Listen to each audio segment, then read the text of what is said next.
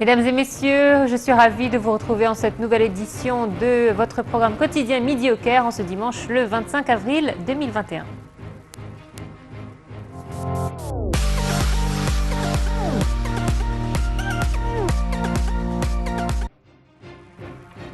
Et l'Égypte célèbre ce dimanche 25 avril le 39e anniversaire de la libération du Sinaï. Le jour de la libération du Sinaï est une fête nationale qui marque la restitution de la péninsule à l'Égypte en 1982, après des années de domination israélienne suite à la conclusion du traité international de paix en 1979. À cette occasion, le président Abdel Fattah el-Sisi a déposé une gerbe de fleurs sur le mémorial du soldat inconnu en signe de reconnaissance et d'appréciation pour les âmes des martyrs de l'armée qui ont sacrifié leur vie pour défendre leur patrie. Le président a félicité le peuple égyptien à cette occasion qui marque un souvenir très cher qui restera gravé à toujours dans la mémoire des Égyptiens, rappelant que le Sinaï est une partie très chère de notre cher pays et qui constitue une profondeur stratégique. Le président a fait savoir que la célébration du jour de la libération du Sinaï donnait une forte impulsion à un présent et un avenir où règne la sûreté et la sécurité et qui sont marqués par la reconstruction, le développement, mais aussi le progrès.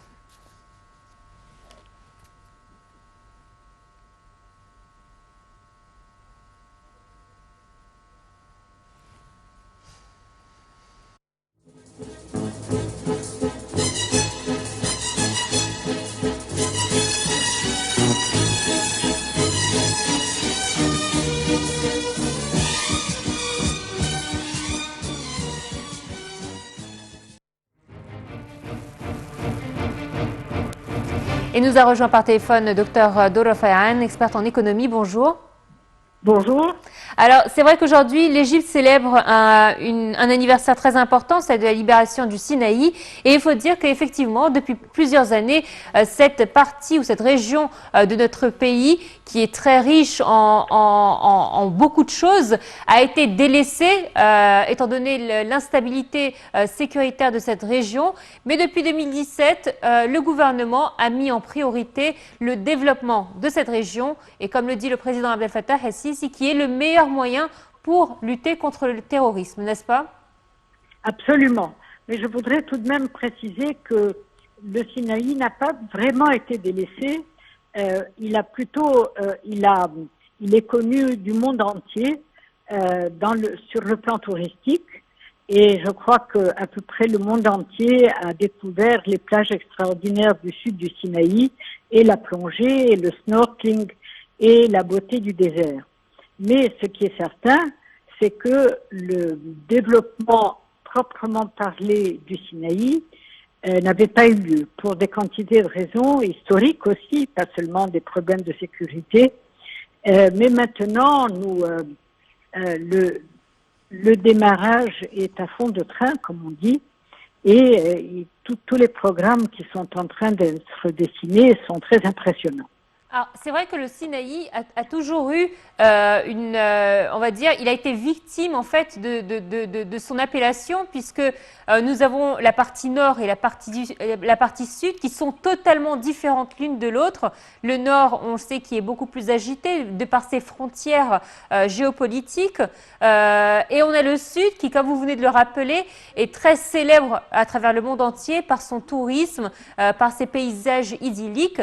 Et bref, lorsque nous avons par exemple une mauvaise nouvelle dans les médias concernant une attaque au nord du Sinaï, malheureusement, on ne précise jamais que c'est le nord ou le sud, on parle du Sinaï.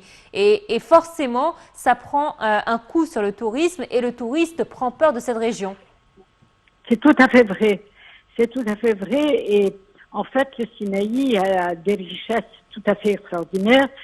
Sur le plan des ressources minérales et des recherches minérales qui sont très très importantes. Si l'on remonte au Pharaon, il y avait les mines de turquoise et d'or au Sinaï, mais je pense qu'on a découvert également d'autres choses fort intéressantes. Et puis il y a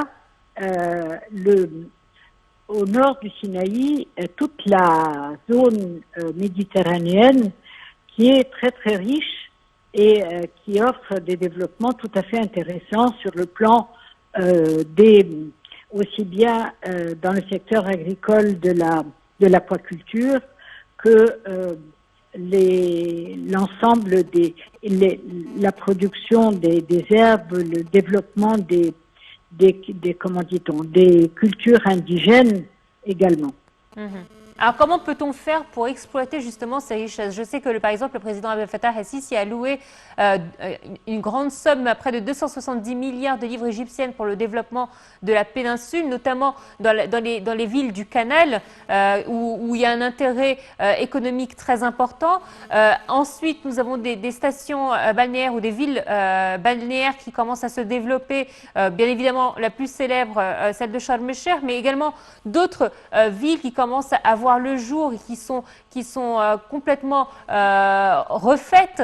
Comment pouvons-nous justement faire cette balance entre développement non seulement pour les habitants de cette péninsule, mais aussi pour le tourisme? Mais en matière de développement, il y a une méthodologie qui est fort connue, qui est pratiquée dans le monde entier et que l'on commence à pratiquer en Égypte. Et qui est ce que l'on appelle, excusez-moi du franglais, le Value Chain Strategy. C'est-à-dire qu'il s'agit d'avoir une démarche qui a pour objet le développement maximum du Sinaï, mais également basé sur un développement durable et vert, et une économie verte, bien sûr, mais également une agriculture durable et écologique. Et justement, l'un des grands intérêts du Sinaï, du fait qu'il n'a pas été développé, c'est d'en faire un modèle et un laboratoire de développement de modèles agroécologiques fort intéressants. Donc, il y a déjà, en ce qui concerne le tourisme, tout un ensemble d'activités qui sont générés par le tourisme. C'est vrai. Quelque chose de tout simple, par exemple, qui est l'ensemble des besoins en nourriture, en repas. Au fort du moment du tourisme, la moitié, sinon plus, de ce qui était servi dans les hôtels et restaurants du Sinaï venait du Caire. Et ça, c'est évidemment une première chose. Donc, la totalité des fournitures alimentaires et autres de l'activité touristique doivent être localisées au Sinaï. Ça, c'est déjà un point évident. Pour régler les problèmes de logistique. Bien sûr, également régler les problèmes de logistique et créer de la valeur ajoutée sur place pour les habitants du Sinaï. Le second aspect est d'étudier l'ensemble des richesses minérales et également les potentiellement agricoles qu'offre le Sinaï et de développer des activités autour de ces thèmes-là. Donc l'aquaculture peut en être un, le développement des herbes peut en être un autre, mais aussi des activités pharmaceutiques basées sur l'exploitation à des fins pharmaceutiques des herbes. Donc voilà un autre thème. Et il y a aussi tous les effets induits du canal de Suez. Oui, effectivement. Qui bon, évidemment, jusqu'à présent, ont surtout été développés du côté de l'Égypte, pas du côté de la presqu'île du Sinaï. Oui. Mais rien n'empêche qu'elle soit aussi du côté de la presqu'île du Sinaï. Donc il s'agit de développer le Sinaï de façon homogène et holistique, comme on dit maintenant, avec le plan de développement du canal de Suez. Alors, Docteur Dora Farhan, merci à vous d'avoir été des nôtres. Malheureusement, je dois mettre un terme à cette discussion qui est très, très intéressante et j'espère que nous vous aurons ultérieurement dans l'un de nos programmes pour parler plus de ce sujet. Merci à vous. Tout de suite, on va parler de l'Égypte qui est prête à aider la Libye et l'Égypte et qui dispose d'un excédent d'électricité par lequel elle peut aider la Libye et peut lui exporter de 1000 à 2000 mégawatts selon ses besoins. Marwa Arfa et Echel. L'Égypte est prête à aider la Libye en sa qualité de pays frère et de verrou stratégique sur le front ouest, a affirmé le président Abdel Fattah el-Sisi lors d'un entretien avec de hauts gradés et des forces armées à l'issue de la prière du vendredi. En tant que pays voisin, nous pouvons aider nos frères en Libye par notre expérience, a indiqué le président. L'Égypte dispose d'un excédent d'électricité par lequel elle peut aider la Libye.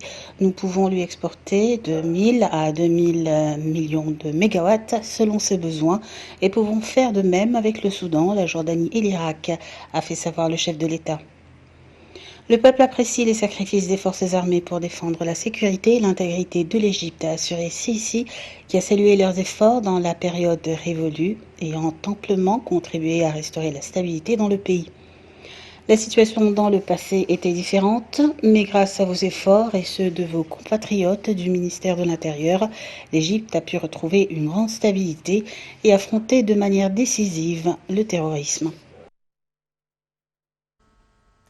Le président Abdel Fattah el-Sisi s'est réuni samedi avec le Premier ministre Dr Mostafa Madbouli, le gouverneur de la Banque centrale Tariq Amir et le ministre des Finances Dr Mohamed Moaïd. La réunion a porté sur le suivi des indicateurs de performance économique et financière pour l'exercice en cours 2020-2021. Marwa Arafa et Echel. Le président Abdel Fattah el-Sisi s'est réuni avec le Premier ministre Mostafa Madbouli, le gouverneur de la Banque centrale Tariq Amir, le ministre des Finances Mohamed Moaïd, le vice-ministre des Finances pour les politiques financières Ahmed Kojouk, le sous-gouverneur de la Banque centrale pour la stabilité bancaire Kamal Negm et le sous-gouverneur de la Banque centrale de la stabilité monétaire Rami Aboul Poujouk et d'autres hauts responsables. Le porte-parole de la présidence a déclaré que la réunion a porté sur le suivi des indices de performance économique et financière pour l'exercice en cours 2021-2020. Le président el-Sisi a dirigé la poursuite du maintien des taux de performance économique positifs qui se reflètent dans la stabilité des conditions monétaires et économiques de l'État, ainsi que pour le retour des taux de croissance économique aux taux cibles au cours de la période à venir, en coordination avec les politiques fiscales et monétaires représentées par le ministère des Finances et de la Banque centrale. La réunion a abordé aussi l'amélioration continue des indices de performance économique et financière et de l'ampleur de cette réflexion sur la qualité des services publics et le bénéfice de tous les groupes de la société des retours du développement, en particulier les groupes les plus nécessiteux et les plus vulnérables. La réunion a de même examiné les récents rapports positifs concernant la performance de l'économie égyptienne traités par un certain nombre d'institutions internationales et d'agences de notation internationale, comme le rapport du Fonds monétaire international, Fitch et JP Morgan. Voilà, c'est ainsi que prend fin cette édition. Merci de votre fidélité. Excellente suite de programme sur NetTV International. Au revoir.